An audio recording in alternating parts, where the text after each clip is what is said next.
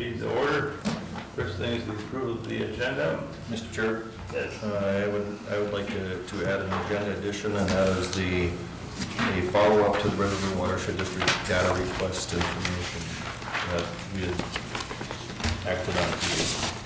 Okay, well, I'll move to approve with the addition. Second. we already got a motion in 2 seconds probably here. Whatever. Any other discussion on that? All in favor? Aye. Opposed? Okay, we'll add that, this should probably have to put it number 8, something like Yeah, that. that's fine. Citizens to be heard, is anybody out there and like to be heard other than what's on the agenda? Okay. Approval of the minutes of February 11th. Move approval. Second. Okay, we got a motion, second, any discussion? All in favor? Aye. Approval of bills and vouchers. Move to approve. Got a motion to approve the bills, Second. and a second. All in favor? Aye. Opposed? Motion passes. Okay. With that, we'll go on to the request for contract changes with Reliance Telephone for the correctional facility. Julie. Good morning. Good morning. We are currently under contract with Reliance Telephone out of Grand Forks for our inmate phone services. We're in the middle of a contract, but they have come up with some new products starting here in March that could increase our revenue as well as reducing our costs for our current services. So I'm requesting that we go ahead and sign the new contract for 5 years with Reliance, and it should allow us to keep some of our revenue around about $1,400 a month, because we will no longer have to pay for our video visitation equipment. So, did anybody have any questions about the contract, or? I'll move to approve the request. Second. Do we have to go out for bids on this, or is it just? No, we don't. It's a service contract. We don't have to do an RFP for it. Okay, The contract was reviewed too by Anthony Weigel from the County Attorney's Office. very good. We got a motion to approve contract with Reliance. Any discussion?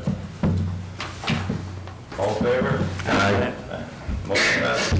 Mr. Chair, members of the commission, I wonder if Julie could just give the board a brief update on the Phase 2 opening of the correctional facility. Yeah, that'd be nice. All right, great. So it's pretty exciting. Today we'll be doing a shakedown, which means we'll go through the second phase and check for any contraband or any issues. Tomorrow the wall will come down. It's our last temporary wall, which will allow us to have full access to the entire jail, which we're pretty excited about. So all services will be handled at the jail. There'll be no temporary locations. It'll all be running the way it's supposed to. A couple areas will have to be deconstructed, our temporary laundry and temporary visitation, but we can operate the facility at its full capacity, doing everything we need to do probably by Thursday afternoon. So we're pretty excited about that. Does that include the tunnel? Tunnel might be next week. Yeah, I remember there was some cleaning and. Yeah, most of the cleaning has been done. We just have to make sure both sides are ready and prepared to use the tunnel. There's two entities involved, it's not just the jail. That's right. You said at our meeting, the kitchen, everything's working out pretty well. The there, kitchen is too. working out great. We're really happy with our service from Trinity. The inmates seem to enjoy the food. It's been going really smooth. We're really happy. Good, yeah. Good. Good to see you. All right. Okay, just quickly before you leave, yesterday we were at the Lakeland Mental Health Annual Meeting, and they gave a pretty good synopsis of our collaboration project and some of the positive outcomes, and I know they've been drawing data now that we've kind of had that for a good amount of time, and so I had requested, I know you're busy this week, but with, if you and Donna Baker at some point could present on that this spring before we go into the budget process, because I know that that grant that we got from them will be expiring. So just to kind of talk about the good things that are happening there, that would be awesome. I would love to, because I think I have something in the works that will also help that whole Perfect. project too. So hopefully by then I'll have it in place Okay. and we can present. Good, great, thank you. Thanks, Thank Julie. you. Okay, with that, we'll go into the resolution 2020-12 for the transfer and assignment of the U.S. Department and HUD Public Housing Program to Warren Public Housing. So we got Darlene and Dawn is up there. Dawn Bacon. Don Bacon. Good morning, Chair. Good morning there. We are in front of you with something that I would describe as a formality. And it's kind of, it sounds much more complicated than it is. But I don't know if you recollect, about a year and a half ago, I was in front of you requesting your consent, cooperation in disposing of our own public housing, the Clay County Housing and Redevelopment Authority, for units that were located in Ulen, Holly, and Dilworth.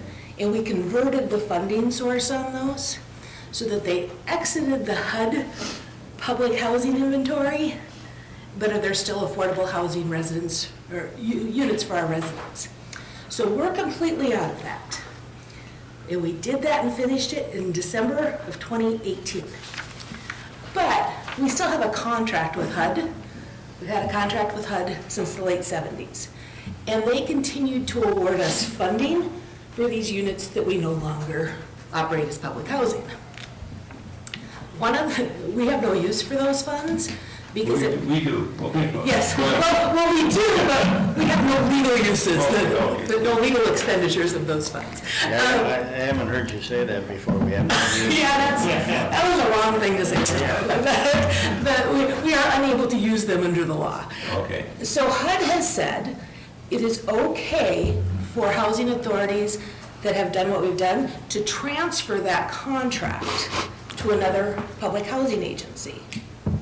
We are extremely fortunate that we have other public housing agencies right here in Clay County that already have jurisdiction to operate the program, right here in Clay County under Minnesota law. But every state is different, and so they have these statutory criteria that we have to, or rulemaking criteria that we have to come in front of you. But what we're asking to do is transfer these contract funds, which are available for 5 years after we've made that transfer, to the Moorhead Public Housing Agency. And Dawn could explain what they're going to do with them if that occurs. Mr. Chair, Commissioners, thank you for the opportunity to present today. Again, Don Bacon, with the Executive Director with Moorhead Public Housing Agency. And given our different governance structure, I don't come before you very often, so I'll just give you a very brief background of Moorhead Public Housing Agency. Our mission is to provide quality, affordable housing to low-income households, and as a strong partner, contribute to positive outcomes for our residents and the community that we serve. We do this with, in addition to tenant rents, we receive federal funding to administer the public housing program. In that program, we have 181 units of public housing. We serve close to 300 people in our public housing programs. 82 of them are children. The majority of the adults that we serve are people with disabilities as well as seniors. And over 70% of people coming into our public housing program are transitioning directly out of homelessness. We know that an important and cost-effective way of advancing affordable housing is to preserve our current affordable housing stock. And so we recently completed a physical needs assessment across all of our public housing units, and we identified between $3 and $4 million in capital needs improvements over the next 5 years. So your support of this transfer would provide much needed funding to help us address those needs so that we can continue to offer a safe and affordable place for people to call home. This request is also really about cross-agency collaboration and making sure that we maximize our resources so that they continue to work for Clay County residents. So looking at this transfer opportunity, it really brings in federal dollars to continue to operate our current public housing units in Clay County, rather than sending that money back to the federal government. My first question is, I probably didn't follow it all, but who's going to take care of the houses then at Ulen and Dilworth? We still have those, and they've already been transferred to an LLC that's a nonprofit with the sole members of the Clay County HRA. We are the owners of the Clay County Affordable Housing LLC, and then the Clay County HRA operates and fills those units. Those tenants still receive help paying their rent. They still only pay 30% of their income towards rent, but it goes through the Housing Choice Voucher Program, which is a separate funding stream through HUD, rather than this public housing funding stream. Okay, well, if you have to improve the house, Who fixes the house? Those houses are getting, we just invested $30,000 into one in Dilworth this past month, and we are doing that through those other funding sources. These funds would then be used to improve the houses here in Moorhead.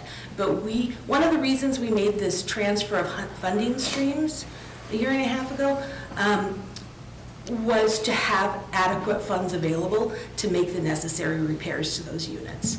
Because the public housing funding is chronically underfunded. That's one of the reasons that Moorhead has this backlog of repairs needed for its units, is HUD has said, we're giving you 80-some% of what we think it really takes to do this.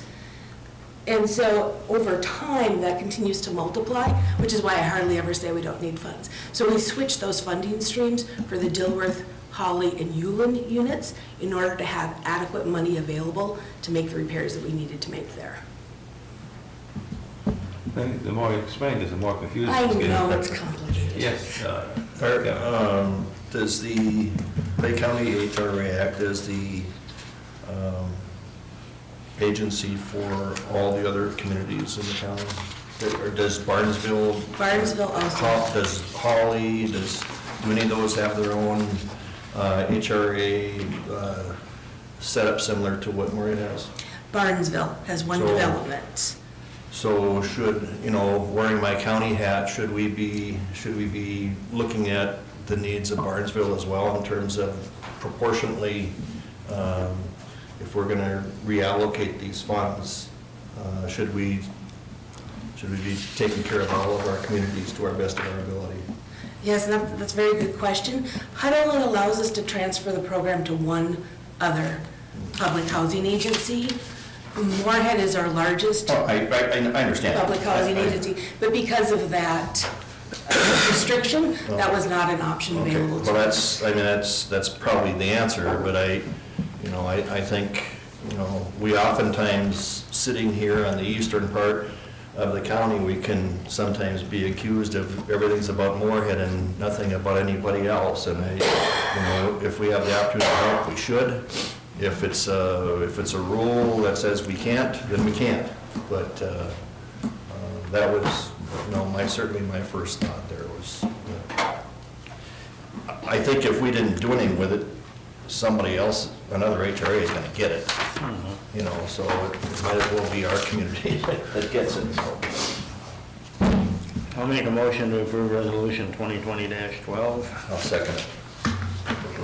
Okay, we get a motion by Grant, second by Kevin. Any further discussion on the resolution? All in favor? Aye. Okay. Against? Motion passes. All right. Is there Give another me for the item? next one, too. So can I, Yes. so that the current balance is the 450?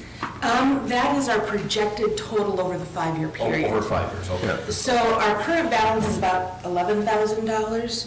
And then what we're doing is transferring the right to contract for those additional funds that would have been awarded to us. So by transfer, they would meet the qualifications to get the additional? Yes, they would have legal and appropriate ways of using that funding Okay. in order to keep our units here in town Yeah, that's- decent. That's a good thing, I guess. And it is in the spirit of this agency cooperation. They transferred the Housing Choice Voucher Program to us in July of 17, and we're trying to streamline what we all do and increase those efficiencies, because as we all know, we all have limited funds in their government, and we are trying to use them in the most prudent way fashion. And I just want to comment here that thank you again for the levy authorization, because we will be submitting this week a grant application to Minnesota Housing for $3.82 million in using that $75,000 of this year's tax levy as one of those matching resources for the goal of ending child and youth homelessness in our communities. So we're very grateful for that. I just wanted to let you know that we're trying to put it to good use. Okay. Okay, we'll move on to the reappointment of Cecil Johnson to his third 5-year term of Housing Redevelopment Authority Board. Then we'll approve. I'll second the motion. Okay, we have a motion and a second. Any further discussion on this? Reappointing Cecil. All in favor? Aye. Opposed? I'm sure he'll be thrilled. Thank you.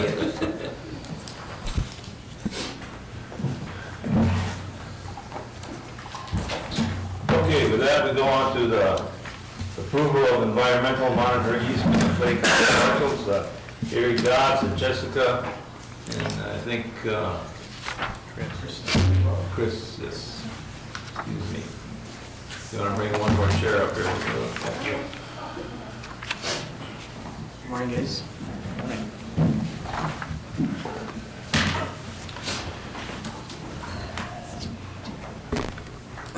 Good morning. In your packet, what you'll see is a easement and a set of maps. Those maps highlight 5 different parcels that are owned by Clay County. Do you have the maps? No maps. We have copies of the maps.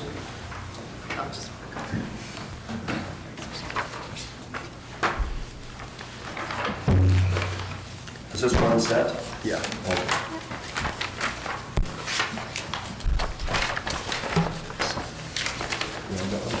No, thank you. Is it one page or we got? They're all, Should be 3 pages. So we did present this to the Clay County Land Committee on February 5th. I had a good discussion with the Land Committee. I guess the bottom line is that you are probably familiar, we've been working to secure rights of entries on private property to do the biotic and geomorphic monitoring starting this spring. In addition to those privately owned parcels, there are a handful of parcels where the Corps would like to do their monitoring on parcels that are owned by government entities. And so some of them are owned by the city of Moorhead, some are owned by Clay County. There's a handful that are owned, I think maybe 1 or 2 that are owned by the Watershed District, maybe one by Georgetown as well. And so what you have in front of you then is the easement that the MCC JPA, which you're a member of, is requesting from you on 5 different parcels that are owned by Clay County. And you can see on the maps there the locations of the parcels. The purple shading on the map indicates the area where the Corps is asking for access to do their monitoring work. When we did present this to the Land Committee preferred that the easement was applied to the entire parcel, and so you can see some of the cross-hatching that represents the requested easement area. I believe these parcels were, at least some of them were acquired through the flood bio program, and again, the Land Committee gave their full support of moving this request for an easement to the commission here. So, happy to answer any questions if you have any. And just so you know, we don't have legal descriptions yet, so that would be attached as an Exhibit A. We actually need to get meets and bounds description for many of these properties. We're tracking down deeds for those, so the maps are just for reference as to which properties it is, but to finalize the easement itself, we'll have to get the legal descriptions. Okay, yeah, we did discuss this at the land management meeting. I think there was a little discussion on, if you come on, not a little discussion, but a discussion on if you come on, do we get paid for this and stuff like that, and I think it was determined that we don't want to get, it's sort of silly for us to take payment for that, but, so I think we didn't move on with that. Any other discussion on this thing, or? I'll move to approve the request. Second. Okay, with a motion and a second to approve the request, any discussion? All in favor? Aye. Okay. Motion approved. Awesome, thank you. We will follow up when we get the final legal descriptions and have the process. Yesterday, we were in the Buffalo Red Watershed District, and there was a comment. I had encouraged them to take part in attending the Land Management Committee meeting. Okay. Is there a way we can just add them to the list of itinerary, or when the agendas come out, just send that to the admin there so they can forward it to their managers? Like a meeting, get them on the distribution Like list? the packet or Sure. whatever. Yeah, I guess we'll do that. Just for your awareness, the land committee meeting this week got canceled. Was canceled, Yeah, correct. And okay. I had relayed that to them, but in going forward, just to make sure that they're aware, and if they see anything on the agenda that may be relevant for them. Yep. Thanks. All right. Thank you.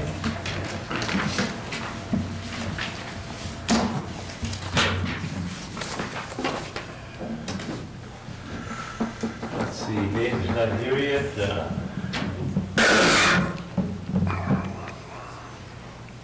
Okay, let's take your item then. Okay, all right. As a follow-up to a previous request, I would like to ask that Commissioner Mojo and I be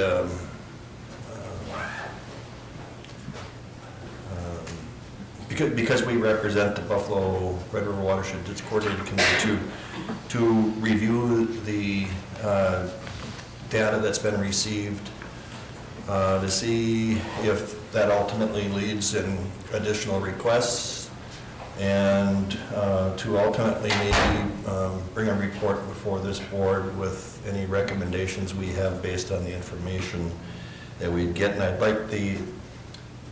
like this to include, if needed, for us to inquire with our legal counsel regarding any legal issues that might come up. So that's my request at this point. I'll make a motion for that review by Commissioner Mojo and Campbell. And I will second that motion. Okay, we've got a motion and a second. Put Commissioner Mojo and Commissioner Campbell on board to a committee to follow up on the water board request. Any further discussion? And just to confirm, Mr. Chair, we'd be looking at a per diem to that for the time you spend doing that? No. I don't care. Yeah, it's fine. Yeah, I would make a It's- motion with per diem. That's fine. I thought you could run it through what you're Sure. already doing as part of that, but. I'll second that motion. Okay, all in favor? Aye. Opposed? Okay, go ahead with that project now. Dave, you ready to go?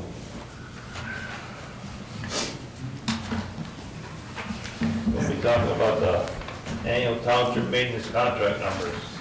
Right, we had the Highway Tracking Committee meeting last week on Tuesday the 18th, where we went, that was our first take a look at the numbers, and things, they did come in a little higher than normal. Last year's 2019 expenses were definitely higher. We had slightly less summer maintenance, but significantly more winter maintenance. We then met on Thursday with the township officers. Commissioner Gross was present there. I think we answered a lot of questions, very well attended again, and what we rolled out was the current proposed rate being an increase of $19 per mile more than last year. If we didn't have the 5-year rolling average, it would have been $192 per mile more. So it actually works out really good to continue with that rolling average. It keeps things more constant. There was no, there really wasn't any feedback back on the cost. I think everybody understood that it was. Yeah, I think everybody understands the way you're working it now with that 5-year look-back thing, and like you said, it's working out real good for the townships, and the increase wasn't that bad as you're considering what we went through, so. Yeah, on the good years, the county will do a little better, but on the higher years, we're actually subsidizing a little bit, but it washes out in the 5-year average.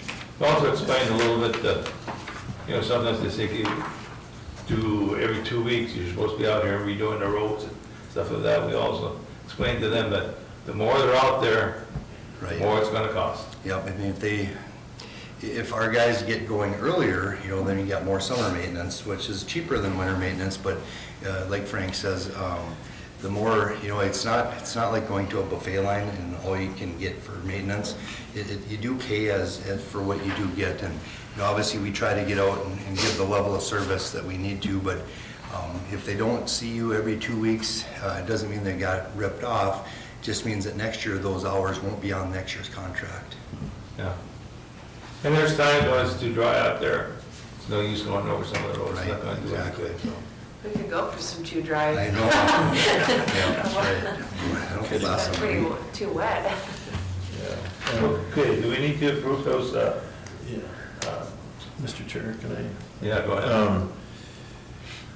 Yeah, so that 5-year look back, there's, of the 5 years, there's still the 2 oldest years that are gonna cover still years where the numbers were quite small. So, even over the next 2 years, just that formula, if we continue to have what we've been having, townships will see increases because we're talking those first oldest 2 years are probably in the 600s. There's 3 in the 600s, Well, there's, after this year, there's 2, I think, isn't there? oh, correct, yeah. Yeah. So, and they're in the $600 range, and we're up to the 900 now. So you take those 2 off and replace them with something that's 800 or 900, that. The average is gonna go up a little bit next year. Yeah, but I think we're being fair with them, and we're trying to, the whole idea was to keep their annual costs somewhat consistent, as opposed to big peaks and valleys, and I think it's worked out really well. So I would move the 2020-21 contract rate. And the rate's gonna be $7.51, I think it's. $7.75. I'll second the motion. Okay, motion to approve the township maintenance contract at the rate of $7.75 a mile. Any further discussion? All in favor? Aye. Okay, the next item we got is Sure. adoption of resolution 2020-13 to reimburse cities for the work done on city streets. This is our annual resolution that specifically spells out the dollars paid to the city of Moorhead, and that is for the city of Moorhead doing maintenance on our road as well as some debt payback for, I think it's 40th Avenue South there. That was a county road 15, 18 years ago or so that we turned back. In addition to that, there's also the small non-state aid cities that have funds that are given to them for work done on their city streets. So I do plan on trying to vet this back through Highway Committee, just to take a little bit of a look at it, and maybe it's something that will be shared again with our small cities meeting that we have twice a year, just trying to clear up expectations a little bit. And I think I need to have more discussion with our Highway Committee and possibly our county auditor as far as the history, and as far as back as I can go, it started in about 1962, back when the county did share a lot of funding with townships and cities and different things. But anyway, this is the exact same resolution that we've done for many, many years.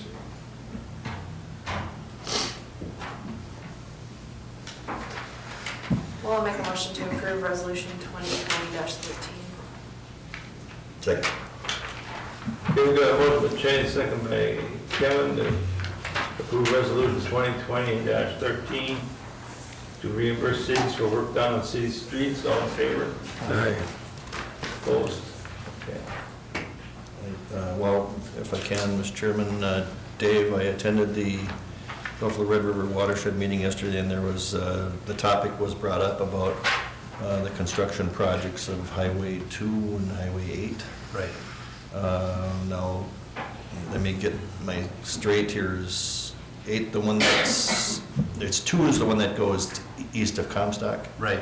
Okay, and that's the one that we have on the plan for Correct. this year? Yep, I think there's 4.5, 5.5 miles. And we were looking at possibly switching that with 8. That was going to be something that we're working on right now, and then yes, was going to be my proposal here in the next month or so. Yeah, and I think based on what's been going on the last couple of years with 8, that probably makes sense to do. But I think they did raise a good point last night, that if we're going to do this, that we better have it done by the 1st of September. Oh, exactly, for harvest. Yeah. Absolutely. Yeah, so you just keep that in mind. So I don't know what we need to do, and that would require us making a change to our 5-year plan. Right. That that's already in our plan, so, but. And another thing that did kind of jar our direction a little bit, as we did do that pavement management study with SRF, and part of that study did identify the worst roads in the county, and County Road 8 is risen to the top of that list, as well as our maintenance. We've been out there fixing big chunks of asphalt that are falling apart, and it's kind of a safety issue. I just think that with that, knowing that we have that as an end goal for a timeline, we better get on it. Yeah. You know, I think we should probably be bringing to this board ASAP a recommendation to alter the 5-year plan.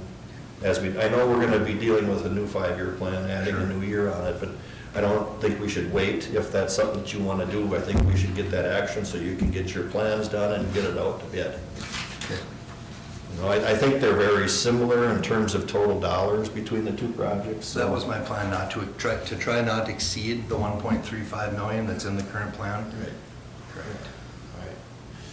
The other conversation point was that there are culvert issues, and you and I have talked about this, and they talked about that. And so Bruce had relayed the fact that any way they can work together to address some of those culvert needs, specifically where the Saban Coulee goes underneath the road, that's an issue. So just coordinate anything in your bid plan that may need to work with the watershed they're working. Absolutely. Okay. Thank you. Thanks.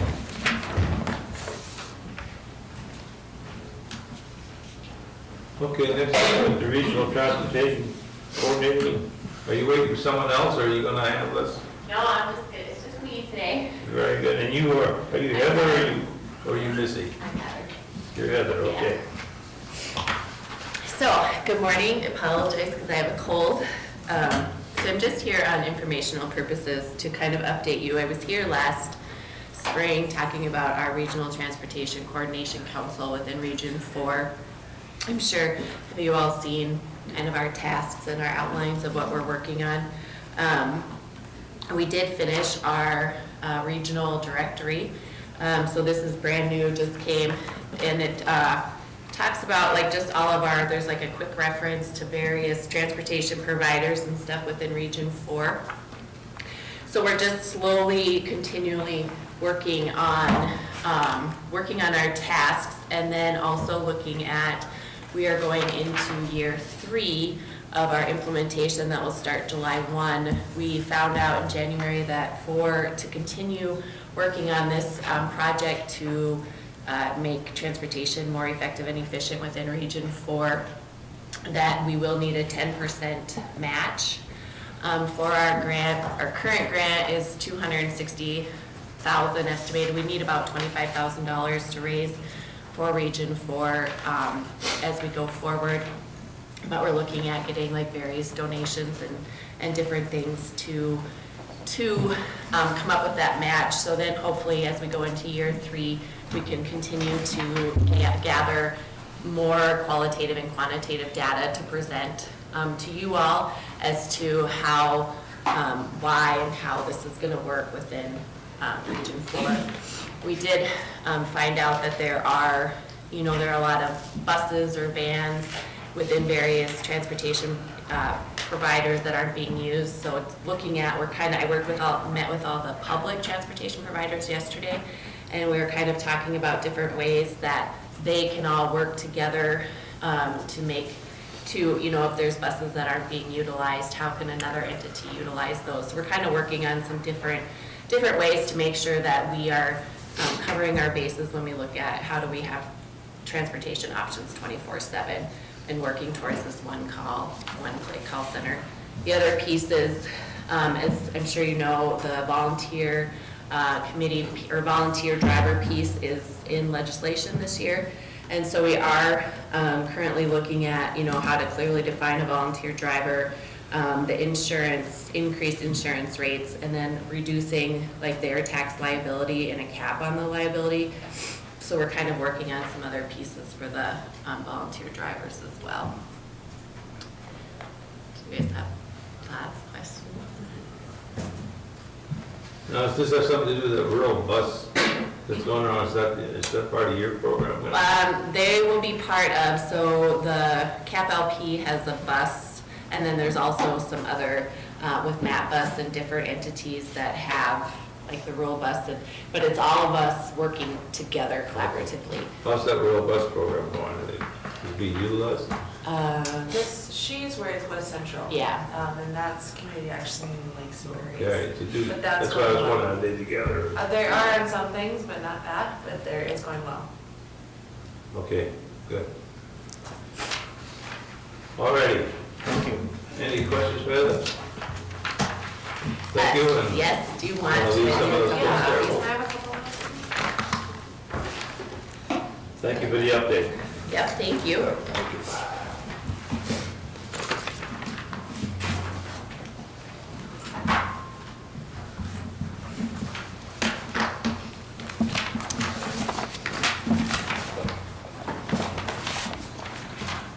Okay, with that, we'll go into our committee reports. Just get up here.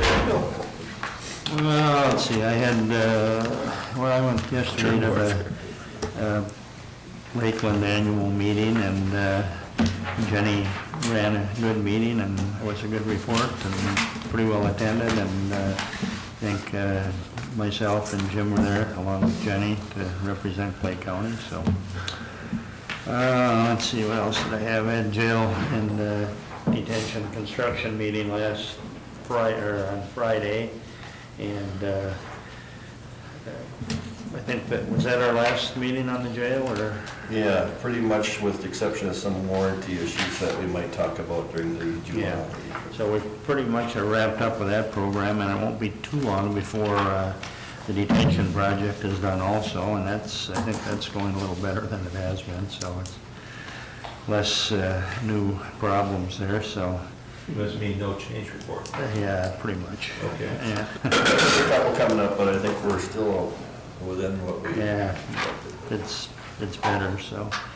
And let's see, what else, I had Prairie Lakes and solid waste, and had a fairly short Prairie Lakes meeting. Everything is going well there, which continues to be good news, and Kevin keeps track of the money, so I think that's one of the reasons they've been going well, so that was it for me.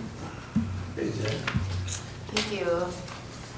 Last week, I had the Lakes and Prairies Community Action meeting at the Bellesley site. We had a Head Start report, good numbers. They are presenting at the national convention, so that's great that we're represented well by them. But I have a pretty interesting fact sheet about the kids that are identified early through the Head Start and their successes later on in life, so that is great news. Yesterday, I also, as Commissioner Whalen said, attended the Lakes and Prairie, their Lakeland Mental Health Center annual meeting. Good meeting, great representation. As I said earlier to Julie, they had a presentation on the River Project, our mental health unit, and they are tracking different numbers.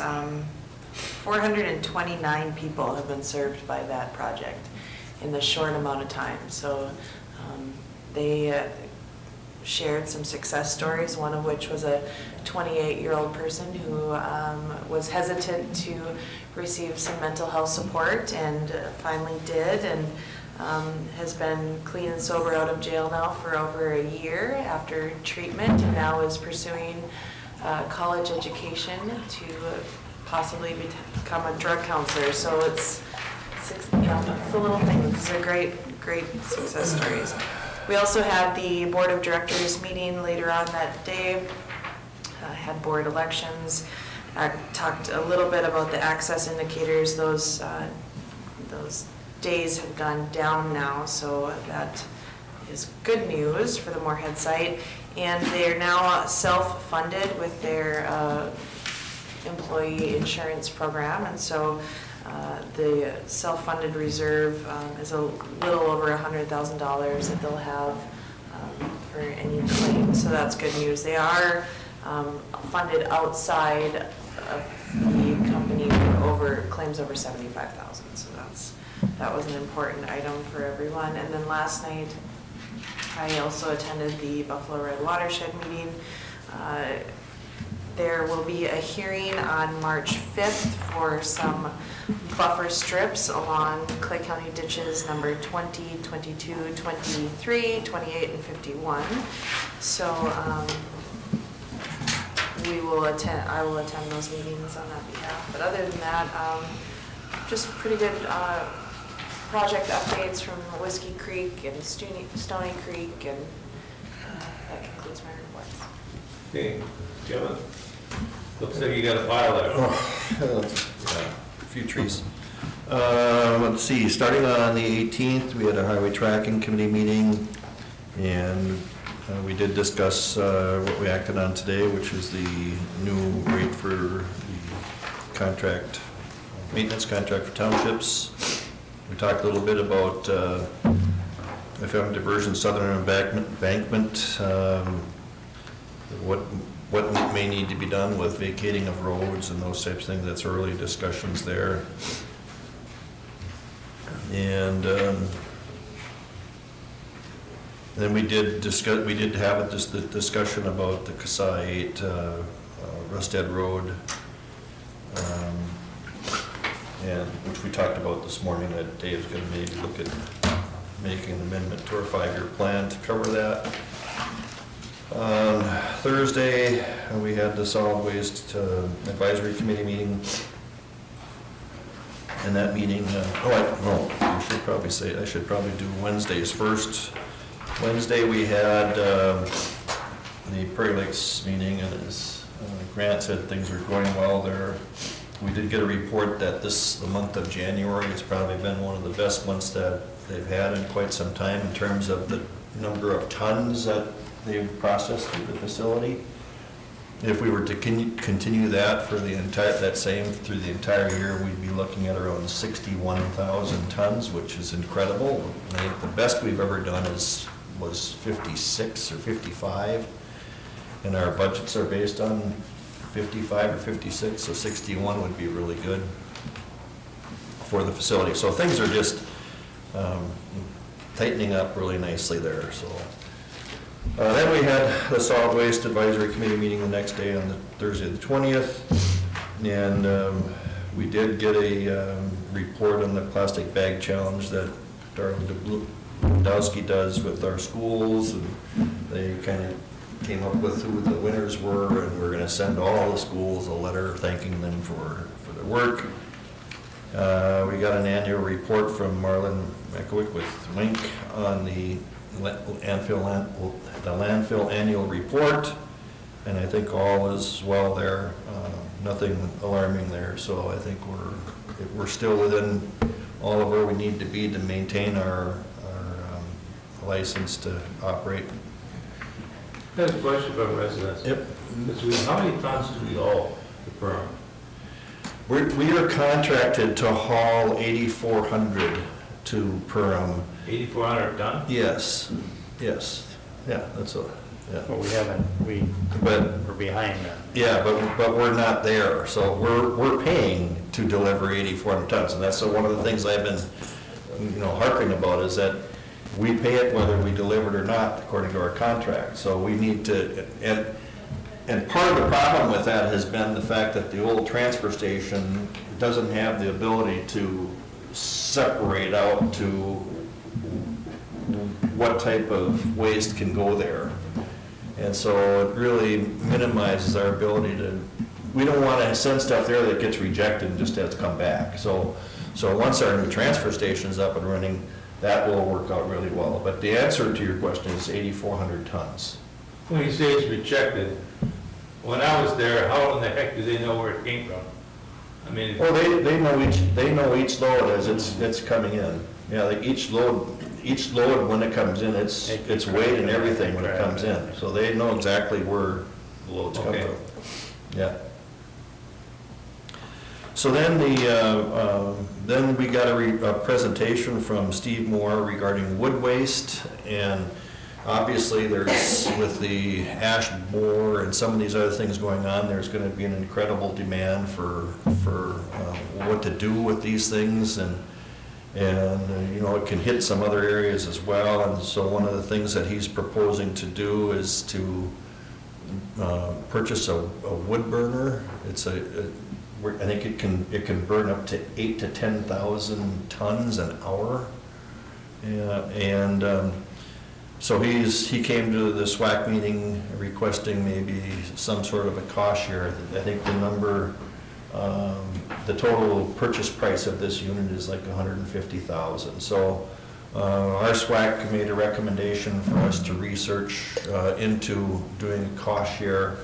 I think that anything that the county does, I think we'll be able to do it out of solid waste reserves. I think anything that we would propose, my first inclination is to maybe look at a 50-50 type deal with the city on this.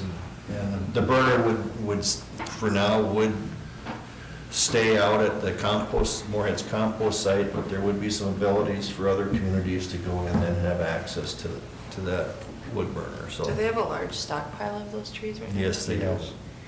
It has the potential to save some good money over time, so. Yeah. How would you save money? I mean, We have to do something with it, so you have to pay to. I think the issue there becomes what is the alternative? Yeah, okay. And you get a lot of places don't want to have open fire burning of these things either in big quantities. Your communities don't like it. And so We don't burn that much, so we couldn't reuse that heat or something like that. Well, that was brought up at the SWAC meeting, and at this point in time, for the quantities that we're talking about, the infrastructure that you would have to implement to convert that would still be, you'd be talking about getting into the millions. Okay. So. Because it would be located at the compost. So if we had a building there that we could maybe look at somehow generating some sort of steam to do we could do that, but there really isn't anything there right now that would do that. So it's just not big enough. We got methane gas out of the landfill dump and. Well, as you know, we did a study on that too to see if we could do that, and we even had a partnership with Anheuser-Busch, and as it turned out, the quantities weren't enough for the investment, so. Okay, so then that afternoon, then we had our MCC JPA meeting, and I think the discussions we've had here, we did authorize the negotiation of 2 volunteer buyouts that are directly in line with the footprint of the tieback levee, which is also known as the dam on the Minnesota side. It's properties that we would need, and so there's been negotiations with those 2 property owners, and they're, based on what we knew, the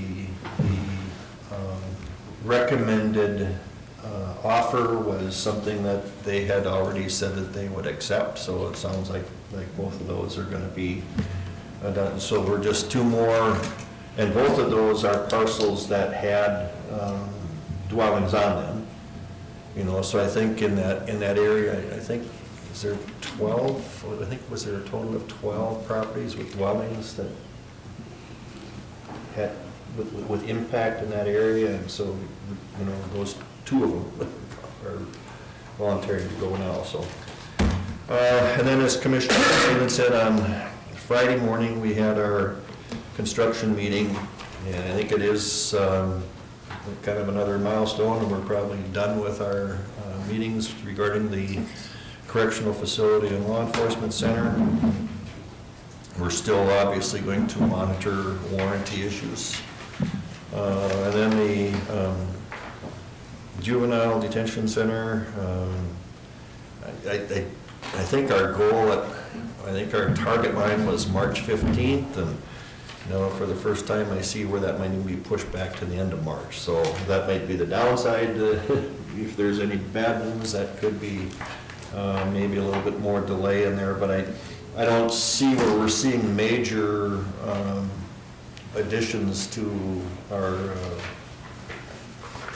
contingencies anymore. So I think there's still a few that's being talked about, but I think it's probably within those original parameters that we we could fund and, okay, so. When you say someone's monitoring the warranty at those, on that building, who's monitoring, is that? Well, we have, George's job? Or- well, we have Joe, where George is involved with, if we see something through maintenance, she'll bring it up. We actually have, for the correctional facility, we have Julie and Justin monitoring those things. If there's issues with plumbing, you know, they know to raise them right away. And then over at the Law Enforcement Center, you've got Steve Lansom and others over there as well.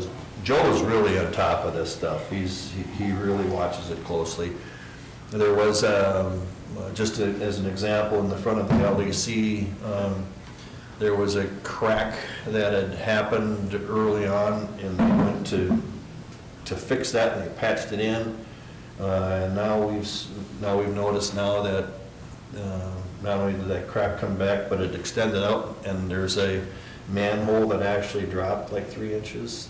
And then the crack continued from that manhole east all the way through the parking lot. So those are the types of things that, and obviously we're, you know, those are warranty items to us. So, Okay. you know, so there's, I mean, they're doing the best they can. You know, hopefully any of these issues will show up. You know, any significant issues will show up prior to the end of the warranty period. Then yesterday morning, we had our Diversion Authority Executive meeting and talking to several things, logistics about different meetings going on.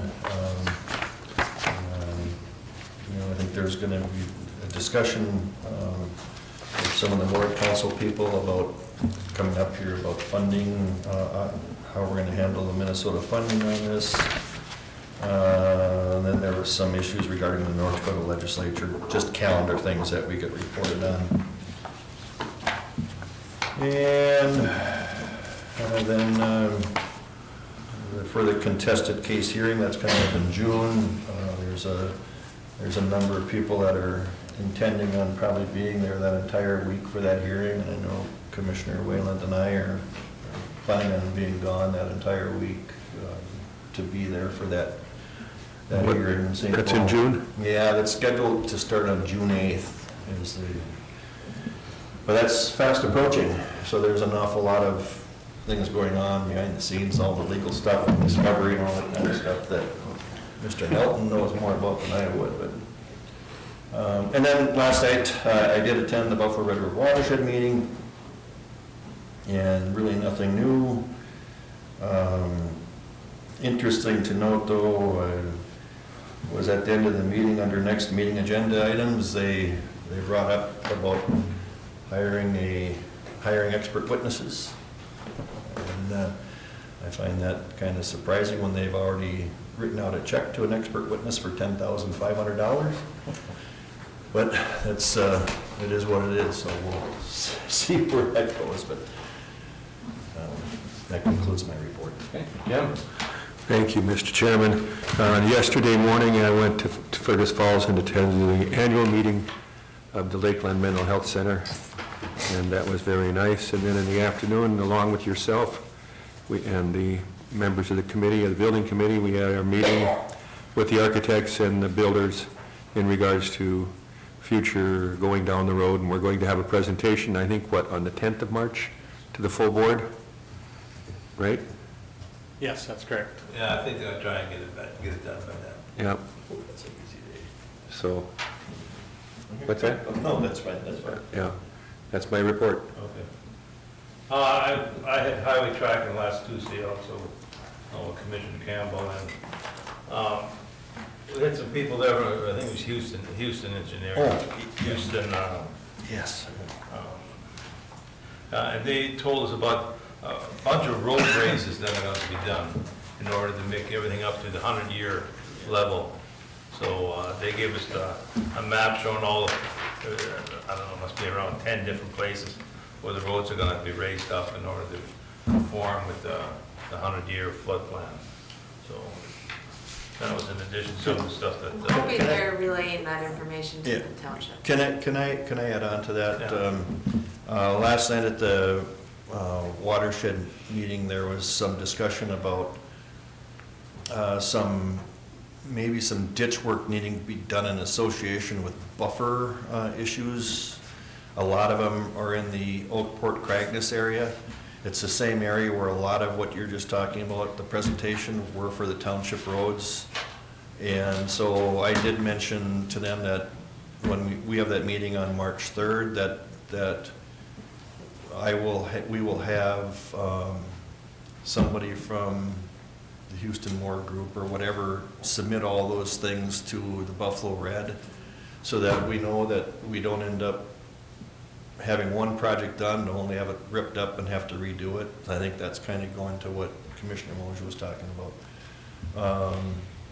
So that's, and part of that is when the new Plan B came out, part of the deal was they were gonna go from 35 to 37 feet.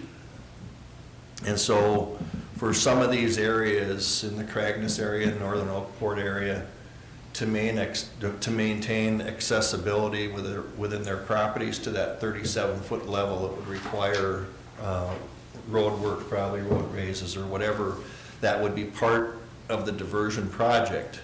So the townships wouldn't have to pay for it, but it would improve their accessibility, up to that 37-foot flood. So, but Commissioner Mojo, you're right. I think that we're gonna, after we meet next week, we're gonna really make sure the townships are aware of these things, because we're gonna be asking for, right-of-way issues and things to do that. So, I didn't mean to make it any longer. That's exactly what I was gonna say. Okay. And then I guess that pretty well covers the highway tracking. Wednesday had the Historical Society. They had a presentation from one of the council members from Moritz City Council. They're looking at doing a feasibility study. And as far as they're looking for funds to do a feasibility study, probably utilizing some of the space that's in the Yemco Center. So that was one of the bigger items that we had discussed that day. And also we had Dana Del Rey, who's with the Art Partnership, give us a report on how things are going with the Art Partnership. And she sort of reported that the Historical Society in Moore is one of the better run ones in the area. So that was a good report given by her. So it was good news for the Historical Society. And as Jim reported, we had Klein McCarthy there, and they presented a few more plans to us. We were sort of looking at piecemealing things instead of just coming, okay, this is what we want done, probably come up with one plan, okay, we'll do this part first, that part next, and because I don't think right now, looking at what we really need, I don't know if we can afford it at one time, so we're going to try and piecemeal it more, and that's what they're going to come here and give us some presentation on March 10th, and give us a better idea, so everybody will have an idea what's going on there. So they've done some good work on there, and a lot of options to look at. Okay, and that's the ones I had. Just a reminder that I guess we're all heading to, everybody going to St. Paul today, okay? For meetings, and then we have Steve's report yet. Thank you, Mr. Chair. On the 18th, Commissioner Wayland and Gross have addressed the highway tracking. I don't think there's anything we need to add there. That afternoon, I did meet with Rory Beal, our Clay County Health Promotion Supervisor, Jason McCoy, our Tobacco Prevention Coordinator, and Kathy McKay. They were talking a lot about the T21 federal law that changed in December that requires people to be 21 years old to purchase cigarettes. There's some continued concerns with that, and they're looking to have conversations. They've had conversations with the city and law enforcement and school officials, and I think if I've reached out to you, they're looking to meet with you also to have a discussion about some additional opportunities that they see in the community in strengthening our policies with tobacco.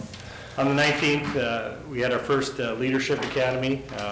Our pilot program has 20 very enthusiastic county employees, and so it was very fun to see how that went the first day. That afternoon, we met with a number of Concordia students. They'd requested to learn more about government employment opportunities, and we had representatives from Public Health, Social Services, Solid Waste, and Administration. We each gave them a brief presentation on what our roles are. Commissioner Campbell's talked about, and Commissioner Whalen on the SWAC. Central Administration meeting that afternoon. Georgia and has been meeting with Rhonda and Kathy about space needs in the Family Service Center. The Phase 2 portion that Julie addressed has completed. One of the things that Georgia expressed concern about was due to the size of the Phase 2 area, making sure that they're evaluating to have appropriate custodial staff to get all the cleaning done both in Phase 1 and Phase 2 area. And Social Services has completed their move to the 4th floor of the Family Service Center. We have Mark Sloan, who sits in on the Complete Count Census Committee with the city. And one of the things that the committee recommended was having a kiosk here located on our campus. There's going to be a kiosk in the Family Service Center in the Lakes and Prairie area where there'll be a computer set up so people can register for the census there. And Lakes and Prairies has said that they'll have a staff member that will help people work through that process. So that's going to be starting here in April and run roughly for about 6 weeks. So, and then Joe gave us an update on the boiler project. We've continued to have different issues down there, and so that project can't probably get going fast enough. Commissioner Campbell and Whalen has updated us on the MCC JPA board meeting that I attended on the 20th. On the 21st, I participated in a regional administrator meeting in Mahnomen. We received legislative updates from Jill Surmeyer and Matt Hilgard from AMC and talked on a variety of different issues that I'm sure we'll be hearing more about in the next couple of days. On the 24th, I met with Mike Burns in regards to the juvenile center contract. We'll hopefully be coming forward here in the next week to finalize that present that to this board for finalization. We also that morning had welcomed 5 new employees through new employee orientation. And that morning I also met with Lori Johnson, Justin, Julie, and Tim Dent, ensuring that we have proper and adequate coverage for the internal things in the correctional facility as far as insurance. We're going to be requesting that once the juvenile center project completes, that MCIT actually sends a representative up and does a walkthrough through our buildings to make sure that we haven't missed anything. And also to provide, generally every other year, MCIT will come up and give all of our county department heads an update on what we should be looking for through that process. So, 24th, yesterday, we also participated in the master planning that Commissioner Haney and Commissioner Gross have addressed. Next week, we're going to be starting our department updates over the next month to 6 weeks. We'll be bringing in department heads to give you each updates. And then again, just a reminder for our citizens that our recorder's office is going to be unable to record documents on March 2nd due to a software conversion, and so that's coming up next Monday. That concludes my report. So report, I've been approached by a person that is pursuing this Second Amendment adoption. I think you've been reading about it in the paper where 4 counties have already adopted something for the Second Amendment, and I don't know, has he contacted you yet? Well, he was here last week, I know. They have not. I think, in just touching briefly on it, as commissioners, each year that you take an oath, you take an oath to uphold the Constitution, and That includes the Second Amendment. And that includes the Second Amendment, and so, from our board's perspective, I think you guys are taking a stand on that each time you take an oath, and so I don't know from a benefit standpoint what an additional amendment would be, but. I just thought that would be a talking matter as we go down to St. Paul this week, bring some people from different counties to see what their feelings are on it. Sure. Because I agree with what you're saying right there. We already take our oath, so, okay. Well, I think with that issue that if they pass that, they're basically saying if the state passes a law, that they're not going to enforce it. right? That's what the position is. It's, some of them call it a sanctuary Second Amendment county, and I wouldn't support that. I mean, you know, if the law is the law, and, I don't see that as an option, so. Okay. Mr. Chair? Yes. I just have one other thing. Back to the topic of the diversion, I know Commissioner Mojo through the land management has requested valuations of properties that have been acquired and you got this, right? Got an email from me. Yeah, and it's really good work, and it shows exactly, by parcel, the acquisition costs and even to the areas where they're in negotiations, what the appraised values are on each particular piece of property. Just for a little bit of public interest at this point in time, I think one half or slightly over half of the diversion channel land has already been acquired. A lot of people probably are not aware of that fact, but, so it continues to move forward, so. But, this was a good deal. Yeah, Yeah. I think it's important that it's out there. Yep. And they were acquired with public funds, and so I think it's important that people are allowed to see that, because it helps the transparency piece, and sees that, for the most part, it's pretty consistent. Okay, with that, you got anything? No, thank you. Okay, we're adjourned.